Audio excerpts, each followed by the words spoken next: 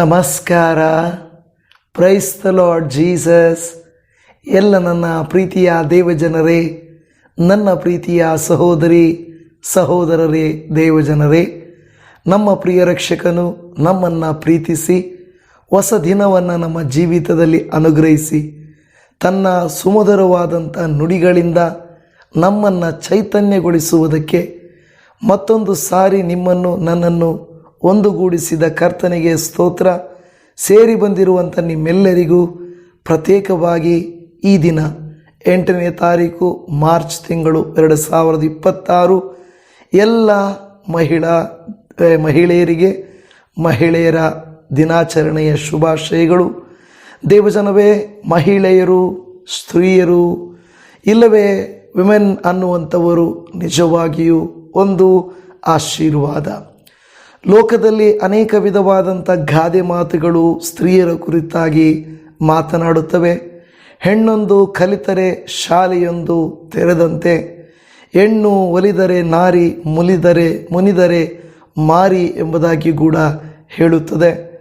ಇದೆಲ್ಲವೂ ಈ ರೀತಿಯಾಗಿ ಲೌಕಿಕವಾಗಿ ಒಂದು ಸ್ತ್ರೀಗೆ ಅಧಿಕವಾದ ಪ್ರಾಮುಖ್ಯತೆಯನ್ನು ಕೊಡುತ್ತಿದ್ದಾರೆ ಎಂದು ಹೇಳಿದರೆ, ಇದರ ಹಿಂದೆ ಕ್ರೈಸ್ತರ ಪ್ರಯಾಸವು ಅಧಿಕವಾಗಿ ಇದೆ. ಯಾಕೆಂದರೆ ಸುಮಾರು ಒಂದು 100-150-200 ವರ್ಷಗಳ ಹಿಂದಿನ ಇತಿಹಾಸವನ್ನು ನೋಡುವಾಗ ಆ ಸ್ತ್ರೀಯರಿಗೆ, ಮಹಿಳೆಯರಿಗೆ ಮಾತನಾಡುವ ಹಕ್ಕಿಲ್ಲ, ಜೀವಿಸುವ ಹಕ್ಕಿಲ್ಲ, ಓದುವ ಹಕ್ಕಿಲ್ಲ, ಎಲ್ಲರಂತೆ ಕೆಲಸ ಮಾಡುವ ಹಕ್ಕಿಲ್ಲ, ಆ ಸ್ವಾತಂತ್ರ್ಯವಿರಲಿಲ್ಲ. ಆದರೆ ಅನೇಕ ಕ್ರಿಸ್ತೀಯ ಸೇವಕರು, ಮಿಷನರಿಗಳು, ಸಿಸ್ಟರ್ಸು, ಬ್ರದರ್ಸು, ಫಾದರ್ಸು ಇವರೆಲ್ಲ ಬಂದು ಅನೇಕ ಚಳುವಳಿಗಳನ್ನು, ಅನೇಕ ಮಾರ್ಪಾಡುಗಳನ್ನು ಮಾಡಿದರ ನಿಮಿತ್ತವಾಗಿ ಈ ದಿನ ಅನೇಕ ರಂಗದಲ್ಲಿ ಸ್ತ್ರೀಯರು ಅನೇಕ ಸಾಧನೆಗಳನ್ನು ಮಾಡಿದ್ದಾರೆ. ಇದೆಲ್ಲದರ ಹೊರತಾಗಿ ನಾವು ಬೈಬಲಲ್ಲಿ ನೋಡುವುದಾದರೆ ಕೆಲವು ಸ್ತ್ರೀಯರ ಆ ತ್ಯಾಗಪೂರ್ವಕವಾದಂಥ ಪ್ರಯಾಸವು, ಜೀವಿತವು ಇತಿಹಾಸಗಳನ್ನು ಬದಲಾಯಿಸಿದೆ, ಜನಾಂಗಗಳನ್ನು ಮಾರ್ಪಡಿಸಿದೆ, ದೇಶಗಳನ್ನು ಉಳಿಸಿದೆ, ಅನೇಕ ಜನರ ಜೀವಿತಗಳನ್ನು ಮಾರ್ಪಡಿಸಿದೆ. ಇವತ್ತು ಈ ವಿಡಿಯೋ ನೋಡುತ್ತಿರುವಂಥ ನನ್ನ ಸಹೋದರಿಯರೇ, ಮಹಿಳೆಯರೇ, ಎಲ್ಲ ನನ್ನ ತಾಯಂದಿರು ಯಾರೇ ಆಗಿರಬಹುದು, ನಿಮ್ಮೆಲ್ಲರಿಗೂ ಶುಭಾಶಯಗಳೊಟ್ಟಿಗೆ ಈ ವಾಕ್ಯ ಸಂದೇಶವನ್ನು ಪ್ರತಿ ಮಹಿಳೆಯು, ದೇವರ ಮಕ್ಕಳು ಕೇಳಿಸಿಕೊಳ್ಳಬೇಕಾದಂಥ ಸಂದೇಶವಾಗಿದೆ. ಎ ಗಾಡ್ಲಿ ವುಮೆನ್ ಅಂದರೆ ಒಂದು ದೈವಿಕ ಮಹಿಳೆಯ ಗುಣಲಕ್ಷಣಗಳು ಏನು ಎಂಬುದನ್ನು ನಾವು ಇವತ್ತು ಧ್ಯಾನ ಮಾಡಿಕೊಳ್ಳೋಣ. ಬನ್ನಿ, ಈ ದಿನದ ಮುಖ್ಯವಾದಂಥ ದೇವರ ವಾಕ್ಯವನ್ನು ತೆಗೆದುಕೊಳ್ಳೋಣ. ಜ್ಞಾನೋಕ್ತಿಗಳ ಗ್ರಂಥ 31ನೇ ಅಧ್ಯಾಯ 30ನೆಯ ವಾಕ್ಯ. ಸೌಂದರ್ಯವು ನೆಚ್ಚತಕ್ಕದ್ದಲ್ಲ, ಲಾವಣ್ಯವು ನೆಲೆಯಲ್ಲ, ಯೆಹೋವನಲ್ಲಿ ಭಯಭಕ್ತಿಯುಳ್ಳವಳೇ ಸ್ತೋತ್ರ ಪಾತ್ರಳು. ಕರ್ತನಲ್ಲಿ ಭಯಭಕ್ತಿ ಉಳ್ಳವಳೇ ಸ್ತೋತ್ರ ಪಾತ್ರಳು. ಈ ದಿನಗಳಲ್ಲಿ ಪ್ರಿಯ ದೇವ ಸಹೋದರರೇ, ಅನೇಕ ಸ್ತ್ರೀಯರು ಅನೇಕ ಸಾಧನೆಗಳನ್ನು ಮಾಡುತ್ತಿದ್ದಾರೆ, ಹೊಗಳುತ್ತಿದ್ದಾರೆ. ಈಗ ನಮ್ಮ ದೇಶದ ರಾಷ್ಟ್ರಪತಿಯ ಸ್ಥಾನದಲ್ಲಿರುವಂಥ ಮುರ್ಮು ಅವರು ಕೂಡ ಒಂದು ಸ್ತ್ರೀಯಾಗಿದ್ದಾರೆ. ಅನೇಕ ರಂಗಗಳಲ್ಲಿ ಇಂಥ ರಂಗದಲ್ಲಿ ಸ್ತ್ರೀ ಇಲ್ಲ ಎಂದು ಹೇಳುವುದಕ್ಕೆ ಆಗುವುದಿಲ್ಲ. ಆದರೆ ಅವರೆಲ್ಲರೂ ಹೊಗಳಲ್ಪಡುವುದಕ್ಕೆ ಲೌಕಿಕ ಸಾಧನೆಗಳು ಇದ್ದರೂ ಕೂಡ ಇವತ್ತು ವಾಕ್ಯವನ್ನು ಕೇಳುತ್ತಿರುವಂಥ ನಿಮ್ಮಲ್ಲಿ ಸಹೋದರಿಯರೇ, ಮಹಿಳೆಯರೇ ಇದ್ದರೆ ಕರ್ತನಲ್ಲಿ ಭಯಭಕ್ತಿ ಉಳ್ಳವರು ಸ್ತೋತ್ರ ಪಾತ್ರರಾಗಿದ್ದಾರೆ. ಖಂಡಿತವಾಗಿ ಲೌಕಿಕ ಸಾಧನೆಗಳಲ್ಲಿ ಅವರನ್ನು ನಾವು ಹೊಗಳಬಹುದು. ಆದರೆ ನೀವು ಏನೂ ಸಾಧನೆ ಮಾಡದೆ ಹೋದರೂ ಕೂಡ ನೀವು ಕರ್ತನಲ್ಲಿ ವಾಕ್ಯ ಹೇಳಿದ ಹಾಗೆ ಕರ್ತನಲ್ಲಿ ಭಯಭಕ್ತಿಯುಳ್ಳವರೇ ಅವರು ಸ್ತೋತ್ರ ಪಾತ್ರಳು ಎಂದು ಹೇಳುತ್ತದೆ. ಇಲ್ಲಿ ಹೋಲಿಕೆ ಮಾಡಿ ಹೇಳುತ್ತಿರುವಂಥ ಮಾತು ಆಕೆಯ ರೂಪವು, ಸೌಂದರ್ಯವು. ಈ ದಿನಮಾನಗಳಲ್ಲಿ ನೋಡಿರಿ, ಎಲ್ಲ ಅಡ್ವರ್ಟೈಸ್ಮೆಂಟ್ಗಳಲ್ಲಿ ಸ್ತ್ರೀಯರನ್ನು ಜಾಸ್ತಿ ಉಪಯೋಗಿಸ್ತಾರೆ. ಅವರ ಶರೀರಗಳನ್ನು ತೋರಿಸಿ ಅವರ ಮುಖದ ಅಂದವನ್ನು ತೋರಿಸಿ ಆಭರಣಗಳಿಂದ ಹಿಡಿದು, ಕಿವಿಗಳ ಆಭರಣದಿಂದ ಹಿಡಿದು, ಮೂಗಿನ ಮೂಗುತಿಯಿಂದ ಹಿಡಿದು, ತುಟಿಗಳಿಗೆ ಹಾಕುವ ಲಿಪ್ಸ್ಟಿಕ್ಕಿಂದ ಹಿಡಿದು, ತಲೆಯ ಕೂದಲಿಗೆ ಹಾಕುವ ಶಾಂಪೂಯಿಂದ ಹಿಡಿದು, ಕಾಟಿಕೆಯಿಂದ ಹಿಡಿದು, ಕಣ್ಣಿನಿಂದ ಹಿಡಿದು, ಸ್ಪೆಕ್ಸಿಂದ ಹಿಡಿದು, ಕತ್ತಿಗೆ ಹಾಕುವಂಥ ಹಾರದಿಂದ ಹಿಡಿದು, ಕೈಗಳಿಗೆ ಹಾಕುವಂಥ ಬಳೆಗಳು, ಏನು ಹೀಗೆ ಶರೀರದಲ್ಲಿ ಎಲ್ಲ ಭಾಗದಲ್ಲಿ ಸ್ತ್ರೀಯರನ್ನು ಉಪಯೋಗಿಸಿಕೊಳ್ಳುತ್ತಾರೆ. ಅವರು ಹೇಳ್ತಾರೆ, ಸ್ತ್ರೀಯ ಸೌಂದರ್ಯವು ಅದು ಬೆನಿಫಿಟ್, ಸೌಂದರ್ಯವು ಒಂದು ಹಣಕ್ಕೂ ಹೆಸರಿಗೂ ಏನಂದರೆ ಒಂದು ಕೀರ್ತಿಗೂ ಅದು ಒಂದು ಬಹಳ ಮುಖ್ಯವಾದದ್ದು ಎಂದು ಹೇಳುತ್ತಾರೆ. ಆದರೆ ದೇವರ ವಾಕ್ಯವು ಮಾನುಷಿಕ ಆಲೋಚನೆಗಳಿಂದ ಆಲೋಚಿಸುವುದಿಲ್ಲ. ದೇವರ ವಾಕ್ಯವು ಬದಲಾಗಿ ಹೇಳುತ್ತಾ ಇದೆ, ಈ ಒಂದು ಏನು ಹೇಳುತ್ತದೆ, ಸೌಂದರ್ಯವು ನೆಚ್ಚತಕ್ಕದ್ದಲ್ಲ, ಲಾವಣ್ಯವು ನೆಲೆಯಲ್ಲ. ನಾನು ಹೇಳಿದ್ದನ್ನು ಯಾರೋ ಒಬ್ಬರು ಹೇಳಿದರು ನನಗೆ ಈ ರೀತಿಯಾಗಿ, ಆ ಹುಡುಗಿ ಅಂದವಾಗಿದ್ದಾಳಲ್ವಾ ಅಂತ ಹೇಳಿದಾಗ, ಅಂದವಾಗಿದ್ದರೆ ಮಾತ್ರ ಸಾಲದು, ನಾವೇನು ಮದುವೆ ಮಾಡಿಕೊಂಡು ಶೋಕೇಸೆಲ್ಲ ಇಡ್ತೀವಿ, ಅಂದ ಮಾತ್ರ ಸಾಲದು ಅನ್ನುವುದು ಅವರ ಒಂದು ಆಲೋಚನೆ. ಅಂದ ಮಾತ್ರ ಅಲ್ಲ, ಜ್ಞಾನ ಮಾತ್ರ ಅಲ್ಲ, ತಿಳುವಳಿಕೆ ಮಾತ್ರ ಅಲ್ಲ, ಇನ್ನೂ ಆ ಕುಟುಂಬವನ್ನು ಕೈಯಲ್ಲಿ ಹಿಡಿದು, ಇನ್ನು ಕೆಲವರು ಮೊದಲು ಕಾಲದಲ್ಲಿ ಹೇಳುತ್ತಾ ಇದ್ದರು, ನಮ್ಮ ಮನೆ ಬೆಳಗಬೇಕು, ನಮ್ಮ ಮನೆಯನ್ನು ಬೆಳಗಿಸುವ ಜ್ಯೋತಿಯಾಗಿ ಬರಬೇಕು, ಮನೆಯನ್ನು ಸುಟ್ಟು ಬಿಡುವಷ್ಟು ಜ್ಯೋತಿ ಬೇಡ ಅಲ್ವಾ, ಮನೆಯನ್ನು ಸುಡುವಷ್ಟು ಜ್ಯೋತಿ ಬೇಡ, ಮನೆಯನ್ನು ಬೆಳಗಿಸುವಷ್ಟು ಜ್ಯೋತಿ ನಮಗೆ ಸಾಕು ಎನ್ನುತ್ತಿದ್ದರು ಹಳೆಯ ಕಾಲದಲ್ಲಿ. ಈ ಕಾಲದಲ್ಲಿ ಸರ್ಟಿಫಿಕೇಟು, ಮುಖದ ಅಂದ, ಇಲ್ಲವೇ ಹಿನ್ನೆಲೆ, ಅದು ಇದು ನೋಡುತ್ತಾರೆ. ದೇವಜನವೇ, ದೇವರು ಹೇಳುತ್ತಿರುವುದು, ಎಂಥವಳು ಸ್ತೋತ್ರ ಪಾತ್ರಳು, ಎಂಥವಳನ್ನು ನಾವು ಹೊಗಳಬೇಕು. ಎಂಥವಳು ಅಂದರೆ, ನಾನು ಎಂಥವಳು ಅಂದಾಗ ಸಿಂಗಲರು ಮರ್ಯಾದೆ ಇಲ್ಲದೆ ಮಾತಾಡ್ತಾ ಇದ್ದೀನಿ ಅಂತ ಅಂದುಕೊಳ್ಳಬೇಡ್ರಿ. ಸ್ತ್ರೀಯರ ಕುರಿತಾಗಿ ಪಾತ್ರಳು ಅಂತ ಹೇಳ್ತಾ ಇದ್ದೀನಿ. ಆಕೆ, ಅವಳು ಅಂತ ನಾನು ಉಪಯೋಗಿಸೋದಿಲ್ಲ, ಆಕೆ. ಒಂದು ಸ್ತ್ರೀ ನಿಜವಾಗಿ ಒಂದು ಕುಟುಂಬಕ್ಕೆ ಒಂದು ಬೆಳಕು. ಈ ದಿನ ಈ ಭಾನುವಾರ ಸಂದೇಶವಾಗಿರುವುದರಿಂದ ಅನೇಕರು ಈ ವಿಡಿಯೋನ ನೋಡದೆ ಹೋಗ್ಬೋದು. ಪ್ರತಿ ಸಹೋದರಿಯರ ಹತ್ರ ನಿಮ್ಮ ಹತ್ರ ನಾನು ಕೇಳಿಕೊಳ್ಳುವುದು, ಈ ವಿಡಿಯೋನ ಸ್ತ್ರೀಯರಿಗೆ ಶೇರ್ ಮಾಡಿರಿ. ದೇವ ಸಹೋದರಿ, ನೀವು ನೆನೆಸಿದರೆ ನಿಮ್ಮ ಮನೆ ಬೆಳಗುತ್ತದೆ, ನೀವು ಕೋಪಗೊಂಡರೆ, ಬೇಸರಗೊಂಡರೆ ಮನೆ ಸುಡುತ್ತದೆ. ನೀವು ನೆನೆಸಿದರೆ ಸಮಾಧಾನಗೊಳ್ಳುತ್ತದೆ, ನೀವು ನೆನೆಸದಿದ್ದರೆ ಮನೆಯು ಅಸಮಾಧಾನದಿಂದ ತುಂಬುತ್ತದೆ. ನೀವು ನೆನೆಸಿದರೆ ಮನೆಯು ಉದ್ಧಾರವಾಗುತ್ತದೆ, ನೀವು ಒಂದು ವೇಳೆ ಕೋಪಗೊಂಡು ಬೇಸರಗೊಂಡರೆ ಮನೆಯು ಹಾಳಾಗುತ್ತದೆ. ಎಷ್ಟೋ ಜನರು ಕುಟುಂಬದಲ್ಲಿ, ಸಹೋದರರೇ ಬೇಸರ ಮಾಡಿಕೊಳ್ಳಬೇಡಿರಿ. ಯಾಕೆಂದರೆ ಒಂದು ಸ್ತ್ರೀ ಪಾತ್ರ ಬಹಳ ಮುಖ್ಯವಾಗಿರುವಂಥದ್ದು. ಮಕ್ಕಳನ್ನು ಬೆಳೆಸಲಿಕ್ಕೆ, ಮನೆಯನ್ನು ಶುಚಿಯಾಗಿ ಇಡಲಿಕ್ಕೆ, ಮನೆಯಲ್ಲಿರುವ ಪ್ರತಿ ಕಾರ್ಯವು ಅವರ ಕಾರ್ಯವಾಗಿದೆ. ಖಂಡಿತವಾಗಿಯೂ ಪುರುಷನ ಸಹಾಯವಿಲ್ಲದೆ ಅದು ಮಾಡೋಕ್ಕಾಗಲ್ಲ, ಗೊತ್ತುಂಟು. ಆದರೆ ಅನೇಕ ಪುರುಷರು ದಾರಿ ತಪ್ಪಿ ಹೊರಗಡೆ ಹೋಗಿ ದುಡಿದು ದಣಿದು ಪ್ರಯಾಸಪಟ್ಟು ಬರುವಾಗ ಅವರನ್ನು ಸಂತೋಷಪಡಿಸುವ, ಅವರ ಹೊರಗಿನ ಟೆನ್ಷನ್ಸನ್ನು ಸಮಾಧಾನಪಡಿಸುವ ಅನೇಕ ವಿಧವಾದಂಥ ಶಕ್ತಿ, ಜ್ಞಾನ, ತಿಳುವಳಿಕೆ, ಆಲೋಚನೆಗಳು ಸ್ತ್ರೀಯರಿಗೆ ಬೇಕು. ಕೆಲವು ಸ್ತ್ರೀಯರು ಮೂರ್ಖರ ಹಾಗೆ ನಡೆದುಕೊಳ್ಳುವವರು ಕೂಡ ಇದ್ದಾರೆ, ಇಲ್ಲವಾ? ಖಂಡಿತವಾಗಿ ಇದ್ದಾರೆ. ಜೆಜಬೇಲನಂಥ ಮನಸ್ಸುಳ್ಳವಳು ಗಂಡನ ಮನಸ್ಸನ್ನು ಕೆಡಿಸಿ, ಕೋಪ ತರಿಸಿ, ನೋವನ್ನುಂಟು ಮಾಡಿ, ಬಿರುಕನ್ನು ಬಿಡಿಸಿ, ಅತ್ತೆ ಮನೆ, ಸ್ವಂತ ಮನೆ, ನಿಮ್ಮ ಮನೆ, ನಮ್ಮ ಮನೆ ಅನ್ನುವಂಥವರು ಇದ್ದಾರೆ. ದಯಮಾಡಿ ಆ ಆಲೋಚನೆಗಳುಳ್ಳವರು ಯಾರಾದರೂ ನನ್ನ ಪ್ರಿಯ ಸಹೋದರಿಯರಿದ್ದರೆ ದಯಮಾಡಿ ನೀವೇ ಕುಟುಂಬಕ್ಕೆ ಬಹಳ ಆಧಾರ. ಯಾಕೆಂದರೆ ದೇವರು ಮನುಷ್ಯನು ಇಲ್ಲವೇ ಪುರುಷನು ಒಂಟಿಗನಾಗಿರುವುದು ಒಳ್ಳೆಯದಲ್ಲ ಎಂದು ಸ್ವಾಮಿಗೆ ಅರ್ಥವಾಗಿ ದೇವರು ನಿಮ್ಮನ್ನು ಸಹಕಾರಣಿಯಾಗಿ ಉಂಟು ಮಾಡಿಕೊಟ್ಟಿದ್ದಾರೆ. ಇಬ್ಬರೂ ಬಹಳ ಪ್ರಾಮುಖ್ಯನೇ. ಆದರೆ ಈ ದಿನ ಮಹಿಳೆಯರ ದಿನಾಚರಣೆಯಾಗಿರುವುದರಿಂದ ಮಹಿಳೆಯರ ಪ್ರಾಮುಖ್ಯತೆಯ ಕುರಿತಾಗಿ ನಾನು ವಾಕ್ಯದಲ್ಲಿ ಮಾತನಾಡ್ತಾ ಇದ್ದೇನೆ. ಅನೇಕ ಕುಟುಂಬಗಳಲ್ಲಿ ಕುಡುಕರಿರ್ತಾರೆ. ಅವರಿಗೆ ಮಕ್ಕಳ ಮೇಲೆ ಯಾವುದೇ ಒಂದು ಪ್ರೀತಿ ಇಲ್ಲ, ಮನೆಯ ಮೇಲೆ ಜವಾಬ್ದಾರಿ ಇಲ್ಲ, ಭವಿಷ್ಯದ ಮೇಲೆ ಯಾವುದೇ ಒಂದು ಬಯಕೆ ಇಲ್ಲ. ಆದರೆ ಒಂದು ಸ್ತ್ರೀ ಗಂಡನು ಕುಡುಕನಾದರೂ, ಗಂಡನು ತೀರಿ ಹೋದರೂ, ಗಂಡನು ಬಿಟ್ಟು ಹೋದರೂ ಮಕ್ಕಳನ್ನು, ಮನೆಯನ್ನು, ಆ ಮರ್ಯಾದೆಯನ್ನು ಉಳಿಸುವುದಕ್ಕಾಗಿ ತಾಪತ್ರಯ ಪಡುವಳು. ಕೆಲವು ಸ್ತ್ರೀಯರು ಹೌದು ಅವಮಾನಕರವಾಗಿ ಜೀವಿಸ್ತಾರೆ, ಅನೈತಿಕತೆಯನ್ನು ಮಾಡುತ್ತಾರೆ, ಮನೆಗೆ ದ್ರೋಹ ಮಾಡುತ್ತಾರೆ, ಅದನ್ನು ಬಿಡೋಣ. ಆದರೆ ಕೆಲವು ಅನೇಕ ಸ್ತ್ರೀಯರು ಮನೆಗಾಗಿ ತ್ಯಾಗಪೂರ್ವಕವಾಗಿ ಜೀವಿಸುವಂಥವರು ಆಗಿದ್ದೀರಿ. ನಿಮಗೆಲ್ಲರಿಗೂ ಆ ಕರ್ತನ ಕೃಪಾಶೀರ್ವಾದಗಳು ಹೇರಳವಾಗಿ ಲಭಿಸಲಿ. ನಿಮ್ಮ ಮನೆಯು ಉಳಿದಿದೆ ಅಂದರೆ ಅದಕ್ಕೆ ಕಾರಣ ನೀವೇ, ಆ ಮನೆಯು ಅಳಿದಿದೆ ಅಂದರೂ ಅದಕ್ಕೆ ಕಾರಣ ನೀವೇ. ಯಾಕೆಂದರೆ ನೀವು ಪ್ರಯಾಸ ಪಡಲಿಲ್ಲ, ತೀರ್ಮಾನಿಸಲಿಲ್ಲ. ಅನೇಕರು ಇವತ್ತು ಡಿವೋರ್ಸ್ಗಳಲ್ಲಿ, ಬಿಟ್ಟು ಹೋಗುವುದರಲ್ಲಿ ಅನೇಕರಲ್ಲಿ ಇದ್ದಾರೆ. ನೀವು ನೆನೆಸಿದರೆ ಮನೆ ಹಾಳಾಗಬಹುದಾಗಿತ್ತು. ನನ್ನ ಉದ್ದೇಶ ನಿಮ್ಮ ಮನೆ ಬಂಗಲೆಯಾಗಿದೆ, ನಿಮ್ಮ ಆದಾಯ ದ್ವಿಗುಣವಾಗಿದೆ, ನೀವು ಆಶೀರ್ವದಿಸಲ್ಪಟ್ಟಿದ್ದೀರಾ ಅಂತ ನಾನು ಹೇಳುತ್ತಿಲ್ಲ.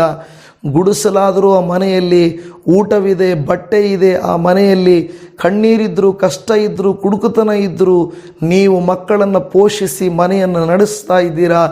ದೇವರು ನಿಮ್ಮನ್ನು ಆಶೀರ್ವದಿಸಲೇ. ಈಗ ಇವತ್ತು ಈ ವಾಕ್ಯದಲ್ಲಿ ನಾವು ನೋಡುವ ಹಾಗೆ ಮೊದಲನೇದಾಗಿ ನಾವು ಗಮನಿಸುವಂಥ ವಿಚಾರವೇನೆಂದರೆ, ಇಲ್ಲಿ ಹೇಳುತ್ತಾ ಇರುವಂಥದ್ದು A godly women fierce the lord ಅಂತ ಹೇಳುತ್ತಾ ಇದೆ. ಮೊದಲನೆಯ ಕಾರ್ಯ, ಯಾರು ಒಂದು ವೇಳೆ ದೈವಿಕವಾದಂಥ ಸ್ತ್ರೀಯಾಗಿರುತ್ತಾರೋ ಅವರು ದೇವರಿಗೆ ಭಯಪಡುತ್ತಾರೆ. ಪ್ರಿಯದೇವಜನ, ಅವರು ಯಾರಿಗೂ ಭಯಪಡೋದು, ಅಯ್ಯೋ ಗಂಡನಿಗೆ ಭಯಪಡಬೇಕು, ಅವರಿಗೆ ಭಯಪಡಬೇಕು, ಇದೆಲ್ಲದಕ್ಕಿಂತಲೂ ದೇವರಿಗೆ ಭಯಪಡಬೇಕು. ಪುರುಷನಾಗಲಿ ಸ್ತ್ರೀಯಾಗಲಿ ಇದು ಬಹಳ ಮುಖ್ಯವಾದ ಮೊದಲನೆಯ ಕಾರ್ಯ. A godly women must fear the lord. ದೇವರಲ್ಲಿ ಭಯಭಕ್ತಿ ಉಳ್ಳವಳಾಗಿ ಆಕೆ ಇರುತ್ತಾರೆ. ಹೌದು, ಲೋಕದಲ್ಲಿ ಸೌಂದರ್ಯ ಇರಬಹುದು, ಹಣ ಇರಬಹುದು, ಸ್ಥಾನಮಾನ ಇರಬಹುದು, ಇದೆಲ್ಲವೂ ತಾತ್ಕಾಲಿಕವಾಗಿರುವಂಥದ್ದು. ಆದರೆ ದೇವರಲ್ಲಿ ಭಯಭಕ್ತಿ ಇರುವಂಥ ಸ್ತ್ರೀಯ ಜೀವನವು ಶಾಶ್ವತವಾದ ಮೌಲ್ಯವನ್ನು ಹೊಂದಿರುತ್ತದೆ. ಅದರರ್ಥ ನಾನು ಹೇಳುವಂಥದ್ದು, ಆ ಸ್ತ್ರೀಯು ಸ್ತೋತ್ರಾರ್ಹಳು. ದೇವರು ವಾಕ್ಯನೇ ಹೇಳಿದ ಹಾಗೆ ಕರ್ತನಲ್ಲಿ ಭಯಭಕ್ತಿಯುಳ್ಳವಳೇ ಸ್ತೋತ್ರ ಪಾತ್ರಳು ಅಂತ ಹೇಳುತ್ತಾ ಇದೆ. ನಾವು ಯಾರನ್ನಾದರೂ ಹೊಗಳಬೇಕಾದರೆ ಆಕೆ ಗಾಡ್ಲಿ ವಿಮೆನ್ ಆಗಿರಬೇಕು. ಅಂದರೆ ಆಕೆಯು ಒಂದು ದೈವಿಕ ಸ್ತ್ರೀ, ದೈವಿಕತೆಯನ್ನು ಹೊಂದಿರುವಂಥ ಮಹಿಳೆಯು ಆಗಿರಬೇಕೆಂದು ಇಲ್ಲಿ ದೇವರ ವಾಕ್ಯ ಹೇಳುತ್ತಾ ಇದೆ. ಒಂದು ಉದಾಹರಣೆಯನ್ನು ತೆಗೆದುಕೊಂಡ್ರೆ ಹನ್ನಳ ಕುರಿತಾಗಿ ನಾವು ನೋಡುತ್ತಾ ಇದ್ದೇವೆ. ಹನ್ನಳು ಮಕ್ಕಳಿಲ್ಲದೆ ಬಂಜೆಯಾಗಿದ್ದಾಗಲೂ ಕೂಡ ಆ ಪೆನ್ನಿನ್ನಳ ಮೇಲೆ ಯಾವ ಜಗಳವೂ ಮನಸ್ತಾಪವನ್ನು ಮಾಡದೆ ತನ್ನ ಗಂಡನನ್ನು ಪ್ರೀತಿಸುತ್ತಾ, ಗಂಡನ ಪ್ರೀತಿಯನ್ನು ಹೊಂದುತ್ತಾ ಸವತಿಯಾದಳು. ಪೆನ್ನಿನ್ನನನ್ನು ಯಾವುದೇ ಬಾಧೆ ಪಡಿಸದೆ ಆಕೆ ಇದ್ದಳು, ದೇವರಿಗೆ ಭಯಪಡುತ್ತಿದ್ದಳು.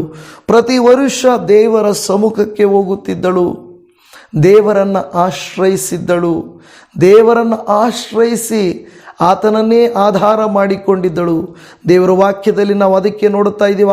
ಅಪ್ಪ, ನಾನು ಬಹಳ ದುಃಖದಲ್ಲಿದ್ದೇನೆ, ವೇದನೆಯಲ್ಲಿದ್ದೇನೆ ಎಂದು ತನ್ನ ದುಃಖವನ್ನು ದೇವರ ಬಳಿಯಲ್ಲಿ ಹೇಳಿಕೊಂಡಳೇ ಹೊರತು ಪೆನ್ನಿನ್ನಳ ಮುಂದೆಯೋ, ಗಂಡನ ಮುಂದೆಯೋ, ಆ ಮಹಾಯಾಜಕನ ಮುಂದೆಯೋ ಹಾಳಲಿಲ್ಲ. ಇವತ್ತು ಸಹೋದರಿ, ಹಿರಿಯರೇ, ವಯಸ್ಸಾದಂಥ ಮಹಿಳೆಯರೇ, ನನ್ನ ತಾಯಂದಿರೇ, ನಿಮಗೆಲ್ಲರಿಗೂ ನಾನು ಹೇಳುವುದೇನೆಂದರೆ, ನಿಮ್ಮ ದುಃಖವು ಉಲ್ಬಣವಾಗಿರಬಹುದು, ನಿಮ್ಮ ಅಗತ್ಯವು ಹಾಗೆಯೇ ಇರಬಹುದು. ಬಂಜೆತನ, ಮದುವೆ ಆಗದೇ ಇರುವುದು, ಮಕ್ಕಳ ವಿಷಯದಲ್ಲಿ, ಮನೆಯವರ ವಿಷಯದಲ್ಲಿ, ಹಣದ ವಿಷಯದಲ್ಲಿ, ಸಾಲದ ವಿಷಯದಲ್ಲಿ ಹೇಳುತ್ತಾ ಹೋದರೆ ಅನೇಕ ಕಾರ್ಯಗಳಲ್ಲಿ ನಿಮಗೆ ದುಃಖವಿದೆ, ಅನಾರೋಗ್ಯವಿದೆ, ಪ್ರಯಾಸವಿದೆ. ದಯಮಾಡಿ ಅರ್ಥ ಮಾಡಿಕೊಳ್ಳಿರಿ, ಕರ್ತನು ನಿಮ್ಮ ಸಂಗಡ ಇದ್ದಾನೆ. ಕರ್ತನು ನಿಮ್ಮ ಸಂಗಡ ಇದ್ದಾನೆ. ನೀವು ಭಯಭಕ್ತಿ ಉಳ್ಳವರಾಗಿ ನೀವು ಇದ್ದಿದ್ದಕ್ಕಾಗಿ ನಾನು ದೇವರಿಗೆ ಸ್ತೋತ್ರ ಮಾಡುತ್ತೇನೆ. ದೇವಜನವೇ, ನೀವು ಬಹಳ ದೇವರಲ್ಲಿ ಭಯಭಕ್ತಿ ಉಳ್ಳವರಾಗಿರಬೇಕು. ಹನ್ನಳು ಆ ರೀತಿಯಾಗಿ ಆಕೆ ದೇವರ ಮುಂದೆ ಕಣ್ಣೀರಿನಿಂದ ಪ್ರಾರ್ಥನೆ ಮಾಡಿದಳು ಎಂದು ನೋಡುತ್ತಾ ಇದ್ದೇವೆ. ನೀನು ಕೂಡ ಹಾಗೇನೆ. ನಾನು ದೇವಜನವೇ ಉತ್ತೇಜಿಸುವುದೇನೆಂದರೆ, ಸಹೋದರರೇ, ನಾವೆಲ್ಲರೂ ನಮ್ಮ ಕಣ್ಣೀರನ್ನು, ಸಾಧಾರಣವಾಗಿ ಗಂಡಸರು ಅಳೋದಿಲ್ಲ, ಹೆಂಗಸರು ಅಳುವುದು, ಎಲ್ಲರ ಮುಂದೆ ನಿಮ್ಮ ಕಣ್ಣೀರನ್ನು ಬಿಡಕ್ಕೆ ಹೋಗಬೇಡ್ರಿ. ಯಾಕೆಂದರೆ ದೇವರು ವಾಕ್ಯ ಹೇಳುತ್ತದೆ, ನಿಮ್ಮ ಕಣ್ಣೀರಿಗೆ ಬೆಲೆ ಇದೆ. ನಿಮ್ಮ ಕಣ್ಣೀರಿಗೆ ಬೆಲೆ ಇದೆ ಅಲ್ವಾ? ದೇವರು ನಿನ್ನ ಕಣ್ಣೀರನ್ನು ನೋಡುತ್ತಾನೆ ಸಹೋದರಿ. ನಿನ್ನ ಪ್ರಾರ್ಥನೆಯನ್ನು ಅಂಗೀಕರಿಸುತ್ತಾನೆ. ಅನ್ನಳ ಪ್ರಾರ್ಥನೆಯನ್ನು ಆಲಿಸಿದ ದೇವರು ನಿನ್ನ ಪ್ರಾರ್ಥನೆಯನ್ನು ಆಲಿಸುವುದಿಲ್ಲವೋ? ಖಂಡಿತವಾಗಿ ನಿನ್ನ ಪ್ರಾರ್ಥನೆಯನ್ನು ಆಲಿಸ್ತಾನೆ. ಎರಡನೇದಾಗಿ ನಾವು ನೋಡುತ್ತಾ ಇದ್ದೇವೆ, ದೈವಿಕ ಸ್ತ್ರೀ ಇಲ್ಲವೇ ಮಹಿಳೆ, ಆಕೆಯು ನಂಬಿಕೆಯನ್ನು ಮತ್ತು ಧೈರ್ಯವನ್ನು ತೋರಿಸುತ್ತಾಳೆ. ದೈವಿಕವಾದ ಮಹಿಳೆಯಲ್ಲಿರುವಂಥ ಎರಡನೇ ಗುಣ ನಂಬಿಕೆ ಮತ್ತು ಧೈರ್ಯ. ನೋಡಿ, ಹೆಂಗಸರನ್ನು ಬಲಹೀನ ಪಾತ್ರೆ ಅಂತ ಹೇಳುತ್ತಾರೆ. ಪುರುಷರಿಗೆ ಹೋಲಿಸಿದರೆ ಅಷ್ಟು ಧೈರ್ಯಶಾಲಿಗಳು, ಅಷ್ಟು ಶಾರೀರಿಕ ಬಲಶಾಲಿಗಳು ಅಲ್ಲದೇ ಇರಬಹುದು. ಆದರೆ ಇನ್ನೊಂದು ಅರ್ಥದಲ್ಲಿ ತಾಯಂದಿರು ಮಕ್ಕಳನ್ನು ಹೆರುವಾಗ ಸಹಿಸುವ ನೋವು ಗಂಡಸರು ಕೂಡ ಸಹಿಸಲಿಕ್ಕಾಗಲ್ಲ.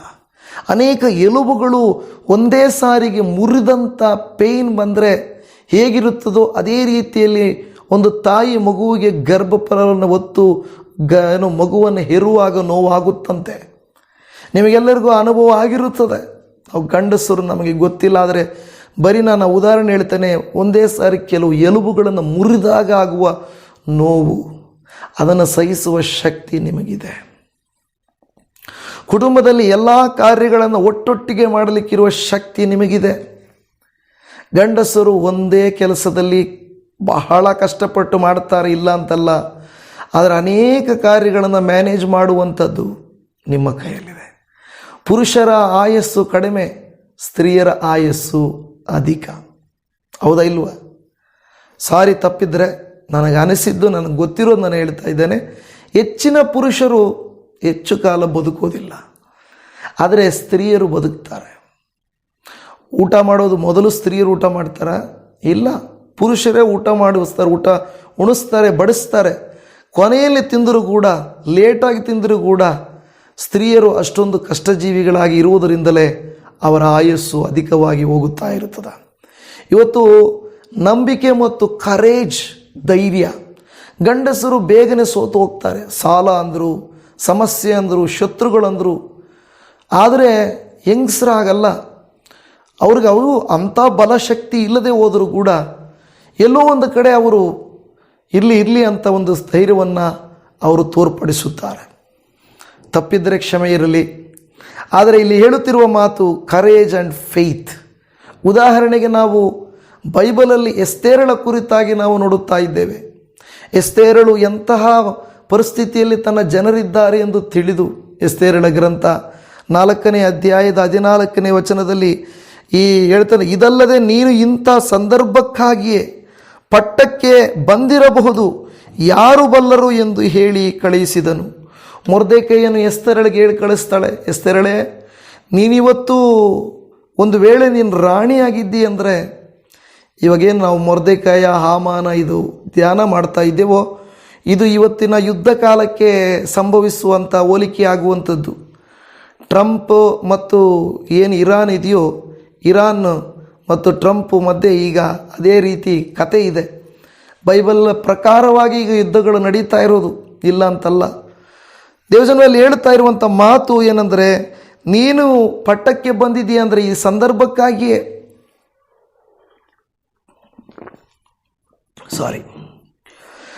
ದೇವರು ನಿನ್ನನ್ನು ಈ ಸ್ಥಾನಕ್ಕೆ ತಂದಿದ್ದಾರೆಂದರೆ ಒಂದು ಉದ್ದೇಶ ಇಟ್ಕೊಂಡು ತಂದಿದ್ದಾರಮ್ಮ, ಇದನ್ನು ನೀನು ಮರ್ತೋಗ್ಬೇಡ ಅಂತ ಹೇಳಿ ಕಳಿಸ್ತಾರೆ. ನನ್ನ ಸಹೋದರಿ, ನೀನು ಬಂದಿರುವ ಮನೆ, ಮದುವೆಯಾಗಿ ಬಂದಿರುವ ಮನೆ, ನೀನು ಬಂದಿರುವ ಊರು, ನೀನು ಬಂದಿರುವಂಥ ಸ್ಥಳ, ದೇವರು ಒಂದು ಉದ್ದೇಶದಿಂದ ನಿನ್ನನ್ನು ಅಲ್ಲಿಗೆ ಕಳಿಸಿದ್ದಾನೆ. ಗೊತ್ತು, ಆ ಪರಿಸ್ಥಿತಿಯನ್ನು ಯಾರೂ ನಿಭಾಯಿಸಲಿಕ್ಕಾಗಲ್ಲ. ನಿನ್ನನ್ನು ದೇವರಲ್ಲಿ ಕಳಿಸಿದ್ದಾನೆ, ಇಟ್ಟಿದ್ದಾನೆ. ಕಾರಣ, ನೀನು, ನಿನ್ನ ಕುಟುಂಬ ಆಶೀರ್ವದಿಸಲ್ಪಡುವುದಕ್ಕಾಗಿ. ಎಸ್ತೇರಳು ಆ ರಾಣಿಯ ಪಟ್ಟಕ್ಕೆ ಬರುವುದಕ್ಕೆ ಕಾರಣ, ದೇವರೊಂದು ಉದ್ದೇಶ ಇಟ್ಟಿದ್ದರು, ತನ್ನ ಮಕ್ಕಳನ್ನು ಕಾಪಾಡುವುದಕ್ಕಾಗಿ. ಆಕೆ ಏನು ಮಾಡಿದ್ರು? ಧೈರ್ಯ ತೋರಿಸಿದ್ರಾ? ಇಲ್ಲ, ನನಗೆ ಆಗಬೇಕು, ಯಾರು ಸತ್ತರೆ ನನಗೇನು, ನಾನು ರಾಣಿಯಾಗಿಬಿಟ್ಟಿದ್ದೀನಿ, ಎಂಜಾಯ್ ಮಾಡಬೇಕಷ್ಟೇ ಅಂದ್ಲ? ಇಲ್ಲ. ಆ ವಾಕ್ಯ ನೋಡುತ್ತೇವೆ, ಎಸ್ತೇರಳು 4:15. ನೆಕ್ಸ್ಟು, ಯಹೂದ್ಯರನ್ನು ಕೂಡಿಸು, ನೀವೆಲ್ಲರೂ 3 ದಿನ ಹಗಲಿರುಳು ಅನ್ನಪಾನಗಳನ್ನು ಬಿಟ್ಟು ನನಗೋಸ್ಕರ ಉಪವಾಸ ಮಾಡಿರಿ. ಅದರಂತೆ ನಾನು ನನ್ನ ಸೇವಕಿಯರೊಡನೆ ಉಪವಾಸದಿಂದಿರುವೆನು. ಅನಂತರ ನಾನು ವಿಧಿಮೀರಿ ಅರಸನ ಬಳಿಗೆ ಹೋಗುವೆನು, ಸತ್ತರೆ ಸಾಯುತ್ತೇನೆ ಎಂದು ಮೊರ್ದೆಕೈಗೆ ಮರಳಿ ಹೇಳಿಸಿದಳು. ಎಸ್, ದೇವರು ನನ್ನನ್ನು ಈ ಸ್ಥಾನಕ್ಕೆ ಇಟ್ಟಿದ್ದಾರೆಂದರೆ ಏನೋ ಒಂದು ಉದ್ದೇಶ ಇಟ್ಟಿರ್ತಾರೆ. ನಾನು ಬದುಕಿದರೂ ನಾನು ಸತ್ತರೂ ಪರವಾಗಿಲ್ಲ, ನಾನು ಧೈರ್ಯವಾಗಿ ದೇವರಿಗೋಸ್ಕರ ಮುಂದೆ ಹೋಗ್ತೀನಿ. ಇವತ್ತು ನನ್ನ ಸಹೋದರಿ, ನಿನಗೆ ವಿರೋಧ ಮನೆಯಲ್ಲಿ ತುಂಬ ಇರಬಹುದು. ನಂಬಿಕೆಗೆ ಯೇಸುವನ್ನು ನಂಬುವುದಕ್ಕೆ ಅವಕಾಶ ಇಲ್ಲ, ದೇವರನ್ನ ಹಿಂಬಾಲಿಸಲಿಕ್ಕೂ ಅವಕಾಶ ಇಲ್ಲ. ಇನ್ನೂ ಕೆಲವು ಸಭೆಗಳಲ್ಲಿ ಸರಿಯಾದ ಬೋಧನೆಗಳನ್ನು ಅನುಸರಿಸಲಿಕ್ಕಿಲ್ಲ. ಒಂದು ಸರಿಯಾದ ದೀಕ್ಷಾಸ್ನಾನ ತೆಗೆದುಕೊಳ್ಳಲಿಕ್ಕೂ, ಕರ್ತನ ಮೇಜು ಭಾಗವಹಿಸಲಿಕ್ಕೂ, ಸರಿಯಾದ ಪ್ರಸಂಗಗಳನ್ನು ಕೇಳಿಸಿಕೊಳ್ಳಲಿಕ್ಕೂ, ಒಂದು ಉಜ್ಜೀವನದ ಕೂಟಗಳಿಗೆ ಹೋಗಲಿಕ್ಕೂ ಅವಕಾಶ ಇಲ್ಲದೆ ನೀವಿರಬಹುದು. ಆದರೆ ದೇವರು ನಿಮಗೆ ಹೇಳುತ್ತಾ ಇದ್ದಾರೆ, ಒಂದು ಧೈರ್ಯ, ಒಂದು ನಂಬಿಕೆಯ ಹೆಜ್ಜೆ ಎಸ್ತೇರಳಂತೆ ಇರಬೇಕು. ಹಾಗಂತ ಹೇಳಿಬಿಟ್ಟು ಮೂರ್ಖರಂತೆ ನಡೆದುಕೊಳ್ಳಬಾರದು. ಬಹಳ ಜಾಗರೂಕತೆಯಿಂದ ನಾವು ನಡೆದುಕೊಳ್ಳಬೇಕು. ಎಸ್ತೇರಳು ಎಷ್ಟು ನಂಬಿಕೆ ಮತ್ತು ಧೈರ್ಯದ ದಿಟ್ಟ ಹೆಜ್ಜೆಯನ್ನು ಇಟ್ಟಳು ಎಂದು ನಿಮಗೆ ಗೊತ್ತಾಗ್ತಾ ಇದೆ. ಕರ್ತನಿಗೆ ಸ್ತೋತ್ರ. 3ನೇದಾಗಿ, a godly women influences the next generation. ಅಂದರೆ ಒಂದು ನಿಜವಾದಂಥ ದೈವಿಕ ಮಹಿಳೆಯು ಮುಂದಿನ ಪೀಳಿಗೆಯನ್ನು ಆಕೆ ಏನು ಮಾಡ್ತಾಳೆ ಗೊತ್ತಾ? ಉತ್ತೇಜಿಸ್ತಾಳೆ, ಅವರನ್ನು ಪ್ರಚೋದಿಸ್ತಾಳೆ. ಹೌದು, ವಾಕ್ಯವನ್ನು ನಾವು ನೋಡುತ್ತೇವೆ. ತಿಮೋತಿಯನ ಗ್ರಂಥದಲ್ಲಿ 2ನೇ ತಿಮೋತಿ 1:5 ನಿನ್ನಲ್ಲಿರುವ ನಿಷ್ಕಪಟವಾದ ನಂಬಿಕೆಯು ನನ್ನ ನೆನಪಿಗೆ ಬಂತು. ಆ ನಂಬಿಕೆಯು ನಿನ್ನ ಅಜ್ಜಿಯಾದ ಲೋವಿಯಲ್ಲಿಯೂ ನಿನ್ನ ತಾಯಿಯಾದ ಯುನೇಕಿಯಲ್ಲಿಯೂ ವಾಸವಾಗಿತ್ತು, ಹಾಗೆಯೇ ನಿನ್ನಲ್ಲಿಯೂ ವಾಸವಾಗಿದೆ ಎಂದು ದೃಢವಾಗಿ ನಂಬಿದ್ದೇನೆ. ಹಾಲೆಲೂಯ. ಪೌಲ ಭಕ್ತನು ಹೇಳುತ್ತಾ ಇದ್ದಾನೆ ತಿಮೋತಿಯನ ಬಗ್ಗೆ, ತಿಮೋತಿ, ಈ ಬಂದಿರುವಂಥ ನೋಡಿ, ನಿನ್ನಲ್ಲಿರುವ ನಿಷ್ಕಪಟವಾದ ನಂಬಿಕೆ ಇದು ನಿನ್ನಿಂದ ಅಲ್ಲ, ಇದು ನಿನ್ನ ಅಜ್ಜಿ ಮತ್ತು ನಿನ್ನ ತಾಯಿಯ ಮೂಲಕ ನಿನಗೆ ಬಂದಿದೆ. ಹಾಲೆಲೂಯ, ಸ್ತೋತ್ರ. ಅಜ್ಜಿ ಮತ್ತು ತಾಯಿಯಿಂದ ನಿನಗೆ ಈ ಗುಣಗಳು ಬಂದಿದವಪ್ಪ ಅಂತ ಪೌಲನು ಹೊಗಳುತ್ತಾನೆ. ಕೇವಲ ಗುಣಲಕ್ಷಣಗಳು, ತ್ಯಾಗಗಳು, ಪ್ರೀತಿ, ಕ್ಷಮಿಸುವಿಕೆ ನಮ್ಮಲ್ಲಿ ಉಳಿದು ಹೋಗಬಾರ್ದು. ಇಲ್ಲವೇ ನಮ್ಮನ್ನು ಉದಾಹರಣೆ ಇಟ್ಟುಕೊಂಡು ಲೋಟನ ಹೆಂಡತಿಯನ್ನು ನೆನಪಿಗೆ ತಂದುಕೊಳ್ಳಿರಿ ಅಂತ ಹೇಳಬಾರದು. ಬದಲಾಗಿ ನಿನ್ನ ತಾಯಿಯನ್ನು ನೋಡು, ನಿನ್ನ ಅಜ್ಜಿಯನ್ನು ನೋಡು, ನಿನ್ನ ತಂದೆಯನ್ನು ನೋಡು, ನಿನ್ನ ಅಣ್ಣನನ್ನು ನೋಡು ಎಂದು ಹೇಳಬೇಕು. ಆ ರೀತಿಯಾದಂಥ ಜೀವಿತವನ್ನು ಜೀವಿಸುವವರು ನಾವಾಗಿರಬೇಕು. ಲೌಕಿಕವಾಗಿ ನಮ್ಮ ಹೆಸರು ಹಿಸ್ಟರಿಯಲ್ಲಿ ಇಲ್ಲದೇ ಇರಬಹುದು, ರಾಜಕೀಯ ಪುಟಗಳಲ್ಲಿ ಸೇರದೇ ಇರಬಹುದು, ನಮ್ಮ ಕುರಿತಾಗಿ TV ನ್ಯೂಸ್ ಚಾನಲ್ಗಳಲ್ಲಿಯೂ ಸ್ಟೇಜ್ಗಳ ಮೇಲೆಯೂ ಹೇಳದೇ ಇರಬಹುದು. ಆದರೆ ಮುಂದಿನ ಪೀಳಿಗೆಗೆ ಒಂದು ಕ್ರಿಸ್ತ ನಂಬಿಕೆಯನ್ನು ಉಳಿಸಿಕೊಡುವಂಥ ಸಹೋದರಿಯಾಗಿ, ತಾಯಿಯಾಗಿ, ಒಂದು ಅಜ್ಜಿಯಾಗಿ ಇರಲಿಕ್ಕೆ ನಿಮಗೆ ಸಾಧ್ಯ ಇದೆಯಾ? ಆ ದೈವ ಭಕ್ತಿಯನ್ನು ತೋರಿಸಿಕೊಡಲಿಕ್ಕೆ ಸಾಧ್ಯ ಇದ್ದರೆ ಆ ಒಂದು ಇನ್ಫ್ಲೂಯೆನ್ಸು ಬರಬೇಕೆಂಬುದು ದೇವರ ವಾಕ್ಯ ಹೇಳುತ್ತಾ ಇದೆ. ಒಬ್ಬ ದೇವಭಕ್ತನು ಅಬ್ರಹಾಂ ಲಿಂಕನ್ ಅನ್ನುವಂಥವರು ಈ ರೀತಿಯಾಗಿ ಹೇಳುತ್ತಾರೆ, all that I am or hope to be I owe to my angel mother. The influence of mother can shape history.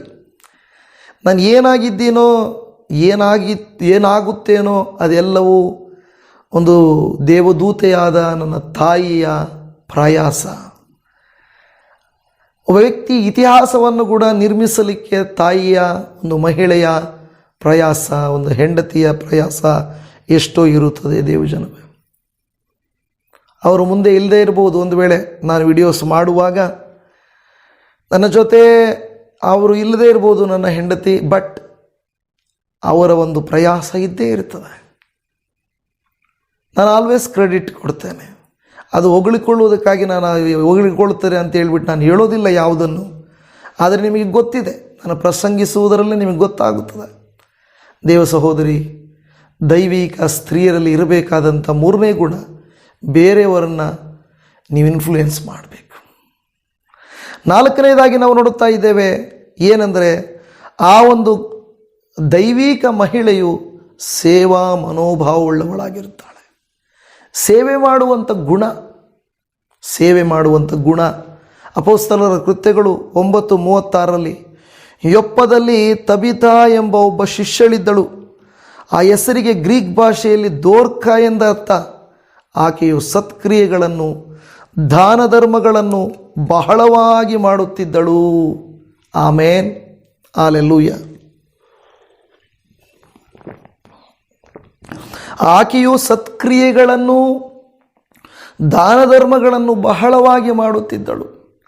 ನಿಮ್ಮಲ್ಲಿ ಅಂಥ ಗುಣವುಳ್ಳವರು ಇದ್ದೀರಾ? ಇಲ್ಲದಿದ್ದರೆ ರೂಢಿಸಿಕೊಳ್ಳಿರಿ. ಬೆಳ್ಳಿ ಬಂಗಾರ ಐಶ್ವರ್ಯ ಹಣ ಆಸ್ತಿಗಳಲ್ಲ, ಏನೋ ದೇವರು ಕೊಟ್ಟಿದ್ದನ್ನು ಸತ್ಕ್ರಿಯೆಗಳಿಗೂ ದಾನ ಧರ್ಮಗಳಿಗೂ ಸೇವೆಗಳಿಗೂ ಉಪಯೋಗಿಸ್ರಿ. ಅದು ನಿಜ ಹೇಳಬೇಕಾದರೆ ಸೇವೆಗಳು ಪುರುಷರಿಂದಲ್ಲ, ಸ್ತ್ರೀಯರಿಂದ ನಡೀತಾ ಇರೋದು, ಸಪೋರ್ಟ್ ಮಾಡ್ತಾ ಇರೋದು.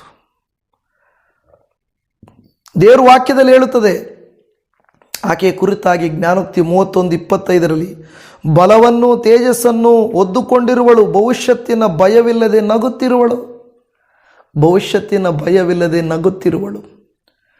ಅನೇಕ ಸಾರಿ ಭಯ ಬರದೇ ಬರುತ್ತದೆ, ಆದರೆ ಆಕೆ ಇರಲಿ ಅನ್ನುವಂಥ ನಗು ನಿಮಗೆ ಬರಬೇಕು. ಪ್ರೀತಿ ದೇವಜನವೇ, ಕರ್ತನಿಗೆ ಸ್ತೋತ್ರ. ಈ ದಿನದಲ್ಲಿ ಇಂಥ ಒಂದು ಒಳ್ಳೆಯ ಸಂದೇಶವನ್ನು ದೇವರಾತ್ಮನು ನಿಮಗೆ ತಿಳಿಯಪಡಿಸಿದ್ದಕ್ಕಾಗಿ ನಾನು ಸ್ತೋತ್ರ ಮಾಡುತ್ತೇನೆ. ಎಷ್ಟೋ ಸಿದ್ಧಪಡಿಸಿದ ಸಂದೇಶ ಇದು. ನಿಮ್ಮೊತ್ತಿಗೆ ದೇವರು ಮಾತಾಡಿದ್ದಾರೆ ಅಂತ ನಾನು ನಂಬುತ್ತೇನೆ. ಒಂದು ವೇಳೆ ಈ ಸಂದೇಶ ನಿಮಗೆ ಆಶೀರ್ವಾದಕರವಾಗಿದ್ದರೆ ಅನೇಕರಿಗೆ ಶೇರ್ ಮಾಡಿರಿ. ನಿಮ್ಮ ವಾಟ್ಸಪ್ಪಲ್ಲಿ, ನಿಮ್ಮ ಚರ್ಚ್ ಗ್ರೂಪ್ಗಳಿಗೆ ಅನೇಕ ಸ್ತ್ರೀಯರಿಗೆ ಇದು ಮುಟ್ಟಲಿ, ಉತ್ತೇಜನಗೊಳ್ಳಲಿ. ವಾಕ್ಯ ಕೇಳಿದ ಮೇಲೆ ನನ್ನ ಕುಟುಂಬಕ್ಕಾಗಿ ನಾನು ದುಡಿಬೇಕು, ಇನ್ನು ಮಕ್ಕಳಿಗಾಗಿ ನಾನು ತ್ಯಾಗಪೂರ್ವಕವಾಗಿರಬೇಕು, ಪ್ರೀತಿ ಮಾಡಬೇಕು, ಇನ್ನೂ ಹೆಚ್ಚು ಪ್ರಯಾಸ ಪಡಬೇಕು ಅನ್ನೋ ಆಸೆ ನಿಮಗೆ ಬರ್ತಾ ಇದೆಯಲ್ವಾ? ಕರ್ತನಿಗೆ ಸ್ತೋತ್ರ. ಪ್ರಾರ್ಥಿಸೋಣ. ಪರಮ ತಂದೆಯೇ, ಈ ಸೇವೆಯ ಮುಂಬಲವಾಗಿ ಈ ಸೇವೆಗಾಗಿ ಪ್ರಾರ್ಥಿಸುತ್ತಾ ಈ ಸೇವೆಯನ್ನು ಬಲಪಡಿಸುತ್ತಾ ಇರುವಂಥ ಎಲ್ಲ ನನ್ನ ಪ್ರೀತಿಯ ಸಹೋದರಿಯರನ್ನು, ಮಹಿಳೆಯರನ್ನು, ಸಹೋದರರನ್ನು ನಿನ್ನ ಕೈಯಲ್ಲಿ ಕೊಡುತ್ತಾ ಇದ್ದೇನೆ. ಈ ದಿನ ಪ್ರತ್ಯೇಕವಾಗಿ ಇವರ ನಂಬಿಕೆಗಾಗಿ, ತ್ಯಾಗಕ್ಕಾಗಿ, ಪ್ರೀತಿಗಾಗಿ, ಪ್ರಯಾಸಕ್ಕಾಗಿ ನಾವೆಲ್ಲರೂ ಪುರುಷರು ಸ್ತ್ರೀಯರಿಗಾಗಿ, ಸ್ತ್ರೀಯರ ಪರವಾಗಿ ನಿಮಗೆ ಸ್ತೋತ್ರ ಮಾಡುತ್ತೇವೆ. ಒಂದು ಒಳ್ಳೆಯ ಸಹಕಾರಿಣಿಯನ್ನು, ತಾಯಿಯನ್ನು, ಹೆಂಡತಿಯನ್ನು, ಮಗಳನ್ನು, ಸಹೋದರಿಯನ್ನು, ಸ್ನೇಹಿತೆಯನ್ನು ನೀವು ನಮಗೆ ಕೊಟ್ಟಿದ್ದಕ್ಕಾಗಿ ನಿನಗೆ ಸ್ತೋತ್ರ. ಯಾಕೆಂದರೆ ಕುಗ್ಗಿದಾಗ, ಬಲಹೀನಗೊಂಡಾಗ, ಕುಟುಂಬದಲ್ಲಿ ಬಲವಿಲ್ಲದೆ ಇದ್ದಾಗ ಇವರನ್ನು ನೀನು ಬಲಪಡಿಸಿ ಉಪಯೋಗಿಸಿದ್ದಕ್ಕಾಗಿ ಸ್ತೋತ್ರ. ಕೆಲವರು ಪುರುಷರು ಬಿಟ್ಟು ಹೋಗ್ತಾರೆ, ಕುಡುಕರಾಗ್ತಾರೆ, ಕೆಟ್ಟವರಾಗ್ತಾರೆ. ತಾಯಿ ಅನ್ನೋಳು ಮಕ್ಕಳನ್ನು ಹಿಡಿದುಕೊಂಡು, ಮನೆಯನ್ನು ಹಿಡಿದುಕೊಂಡು ಬೆಳಗಿ ಆ ಮನೆಯು ಅವಮಾನಕ್ಕೀಡಾಗಬಾರದು, ಕಷ್ಟಕ್ಕೆ ಒಳಗಾಗಬಾರದು ಎಂದು ನಿಲ್ಲುತ್ತಾಳಲ್ಲ, ಅದು ನಿನ್ನ ಕೃಪೆಯೇ ಸ್ವಾಮಿ. ನಿನಗೆ ಸ್ತೋತ್ರ. ಈ ದಿನ ಯಾವ ಸಹೋದರಿ ಹೌದು ಕರ್ತನೆ, ಆದರೂ ನನಗೆ ಸಾಕಾಗ್ತಾ ಇಲ್ಲ, ಬಲ ಬೇಕು, ಜ್ಞಾನ ಬೇಕು, ತಿಳುವಳಿಕೆ ಬೇಕು, ಶಕ್ತಿ ಬೇಕು. ಹೌದಪ್ಪ, ಒಂದು ಗರ್ಭಿಣಿಯಾಗಿ ಮಗುವನ್ನು ಹೆರುವಂಥ ಶಕ್ತಿ ಬೇಕು, ಮಕ್ಕಳನ್ನು ನಿಭಾಯಿಸುವ ಜ್ಞಾನ ಬೇಕು, ಗಂಡನನ್ನು ಸರಿಪಡಿಸುವ ಪ್ರೀತಿ ಬೇಕು, ಪರರನ್ನು ಕ್ಷಮಿಸುವ ಕ್ಷಮಾಪಣೆಯ ಗುಣ ಬೇಕು. ಇವೆಲ್ಲವೂ ನೀನು ಕೊಡಬೇಕಪ್ಪ. ಅದಕ್ಕಾಗಿ ನಿನಗೆ ಸ್ತೋತ್ರ. ಈ ದಿನ ಇದುವರೆಗೂ ಈ ವಾಕ್ಯವನ್ನು ಹೇಳಲಿಕ್ಕೆ ಬಲ ಕೊಟ್ಟಿದ್ದಕ್ಕಾಗಿ ನಾನು ನಿನಗೆ ಸ್ತೋತ್ರ ಮಾಡುತ್ತೇನೆ.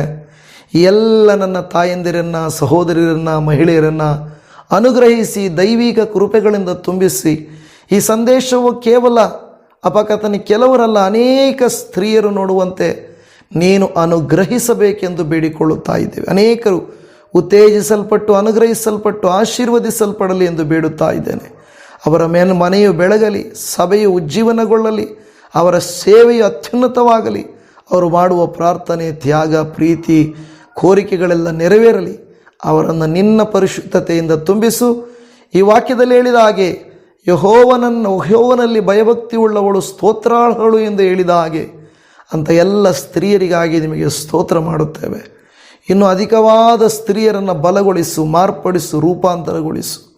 ಇವರ ಮಕ್ಕಳನ್ನು, ಮನೆಯವರನ್ನು, ಸಭೆಯವರನ್ನು ಉಜ್ಜೀವನಗೊಳಿಸಲಿಕ್ಕೆ, ಸೇವೆ ಮಾಡಲಿಕ್ಕೆ ಇವರನ್ನು ಉಪಯೋಗಿಸಿಕೊಳ್ಳಿರಿ ಎಂದು ಬೇಡಿಕೊಳ್ಳುತ್ತಾ ಇದ್ದೇವೆ.